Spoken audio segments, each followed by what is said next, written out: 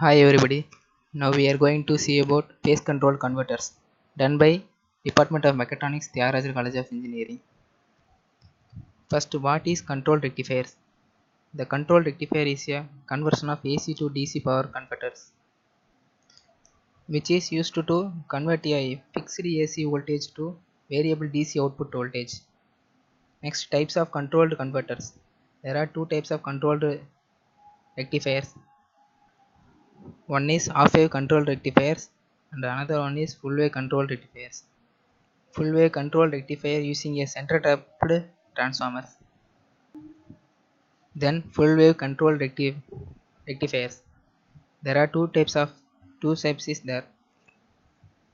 There is single phase semi converter and a single phase full converter. This is a block diagram of full wave controlled converter with RLE load. There are four thyristors connected to the circuit. Then the input is given to this circuit. Then the T1 and the T2 on or T3 and T4 on. For any load current to flow, at least one thyristor from the top bottom and one thyristor become bottom group. For this connection period, the load current becomes zero. For the current flowing this direction T1 and T2 on, so the voltage waveform is going to negative direction due to the inductance effect. So the waveform will be going to negative half cycle. This is continuous mode. So the current waveform not reach the zero position. For discontinuous mode, the current waveform remains zero for certain interval. For discontinuous mode, once the load current becomes zero, all thyristors remains off. In this mode, the load current remains zero. Now you will see this is the continuous mode voltage current diagram. Then the firing angle alpha period T1 and T2 is going to on. So the voltage waveform will be going to negative cycle. Now you will see discontinuous mode.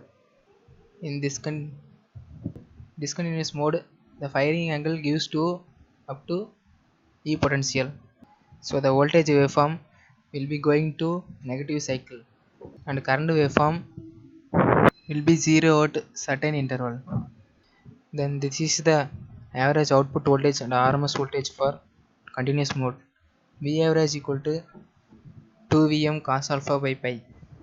Then the interval is alpha to pi plus alpha. Vrms equal to root of Vm square by 2 equal to Vs. And this is the average current and RMS current for continuous mode. Then we will see DC motor with full bridge converter. Here we used to for DC shunt motor. Then this is the circuit diagram of full bridge converter. Here we gives the input for the circuit S1 and S2 on. So the current flow direction for S1 to R1 and L1, E1 and S2 and neutral. And S3 and S4 switch is on. Due to inductance effect, the polarity is changed. So the current flow direction is going to S3 to S4. And this is the voltage current waveform. For this voltage waveform will be 0 for E potential. Then S1 and S2 will be on. So the waveform will be going to negative half cycle. The waveform will be reached to pi plus alpha. The S1 S2 switch is off and S3 S4 switch is on. So the waveform will be going to E potential and continuously conductor. Then current waveform for full bridge converter will not reach to 0. Now we have to solve the problem. A full converter bridge is connected to RLE load. We are having Vs and V average equal to 230 volt and 10 amps. Then resistance and inductance value is given.